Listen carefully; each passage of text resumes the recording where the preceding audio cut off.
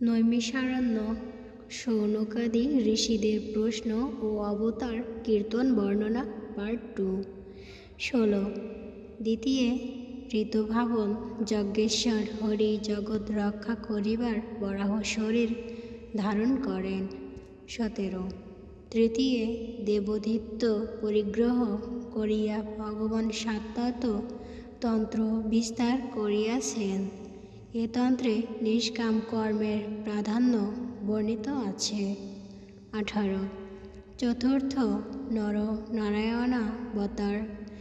এই অবতারে নারায়ণ ধর্ম রক্ষণার্থ কঠোর তপস্যা করিয়াছিলেন। তাহাকে সুরাসুরগণ অচগনা করিয়াছিল। 19। পঞ্চমে কপিলাবতার। এই অবতারে ভগবান সাংখ্য দর্শন প্রণয়ন করিয়া কালকৃত ধর্মবিপ্লব নিবারণার্থ পন্থিতবর্গকে তৎনির্ণয় দ্বারা ধর্মমার্গে আনয়ন করিয়াছিলেন। 20। ষষ্ঠে দত্তাত্রেয়াবতার। নারায়ণত্রী ঋষির রসে অনুসূয়ার গর্ভে দত্তাত্রেয় নামে জন্মগ্রহণ করিয়াছিলেন। দত্তাত্রেয় প্রদাদির নিমিত্তে অলর্ককে আম্বিকশিকী বিদ্যার উপদেশ প্রদান করেন। 21। সপ্তমে সায়ন্তবান্তরে নারায়ণ আকৃতির গর্ভে ও রুচির ওরসে যজ্ঞনাম জন্মগ্রহণ করিয়া অমত্ত সত্যগণ সুরগণের সহিত যজ্ঞানুষ্ঠান করিয়াছিলেন। 22। পরিগ্রহ করিয়া সর্বাস্ত্র মোচিত নারীধর্ম প্রদর্শন করেন। 23। নবমে নারায়ণ ঋষিগণের প্রার্থনানুসারে পৃরু নামে জন্মগ্রহণ করিয়া মহৌষধীরব দুগ্ধ দ্বারা প্রজাবর্গকে জীবিত করিয়াছিলেন। দশমে মহাপ্রলয়কালে ভগবান মৎস্যরূপী হইয়া মৃন্ময়ী নৌকাতে আরোপিত করিয়া বৈবন্ত মনুকে রক্ষা করেন। 25। একাদশে কৃষ্ণাবতার। যৎকালে দেব ও দানবগণ একত্রে মিলিত হইয়া সমুদ্র মন্থন করেন। এ সময়ে ভগবান নারায়ণ কূর্মরূপ পরিগ্রহ করিয়া পৃষ্ঠদেশে মন্দরাচল ধারণ করিয়াছিলেন। 26। দ্বাদশ ধামস্তরাবতার। হরি ধন্বন্তরী রূপে অবতীর্ণ হইয়া দেবতাদিগের অশেষ উপকার সাধন করিয়াছিলেন।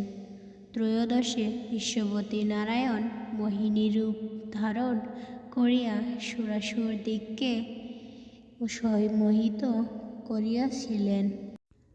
27।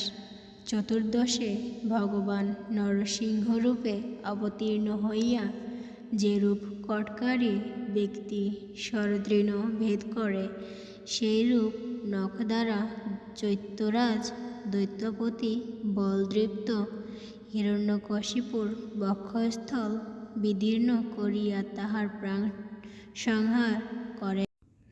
29। পঞ্চদশে বামনাবতার। হরি বামন রূপ ধারণ করিয়া বলির যজ্ঞে গমন করেন এবং ত্রিপাদ ভূমি প্রার্থনা করিয়া বলিকে দমন ও দেবতাদিগকে স্ব-অধিকারে পুনঃস্থাপন পূর্বক রক্ষা করিয়াছিলেন। 29 ষোড়শে ভগবান পরশুরাম রূপে অবতীর্ণ হইয়া দেখিলেন ত্রিপতিগণ ব্রহ্মদ্রোহী হইয়াছে। ভার্গব তাহাকে কুপিত হইয়া একবিংশতিবার পৃথিবীকে নিক্ষত্রিয়া করেন।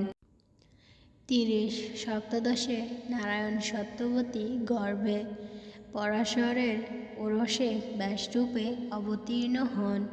ব্যাসদেব সমস্ত মনুষ্যকে অল্পমেধা বিবেচনা করিয়া বেদের বিভাগ করেন। 31 অষ্টাদশে দেবতাদিগের কার্য সাধনার্থ নরনারায়ণ রূপে অবতীর্ণ হইয়া সমুদ্র নিগ্রহ প্রভৃতি অশেষ হিতকর কার্য করিয়াছিলেন। 32 ঊনবিংশতি ও বিংশতি অবতারের জনার্দন বৃষ্ণি বংশে জন্ম পরিগ্রহণ করিয়া বলরাম ও কৃষ্ণ নামে বিখ্যাত হইয়া পৃথিবীর ভার হরণ করিয়াছিলেন। 33 একবিংশতি অবতারে ভগবান কোলের সন্ধ্যাবসানে দেবদেশীদিগের মোহনার্থ মগধদেশে জিনসুত বুদ্ধরূপে আবির্ভূত হইবেন। 34 অনন্তর কলির অবসানকালে রাজবর্গ নষ্টপ্রায় হইলে জগৎপতি কল্কি নামে বিষ্ণু যশা নামক ব্রাহ্মণের ভবনে অবতীর্ণ হইবেন। আমাদের ভিডিওটা যদি আপনাদের ভালো লেগে থাকে তাহলে একটা লাইক, কমেন্ট এবং শেয়ার করে দেবেন এবং আমাদের চ্যানেলটি সাবস্ক্রাইব করে দেবেন। পাশে থাকা বেল বাটন ক্লিক করবেন।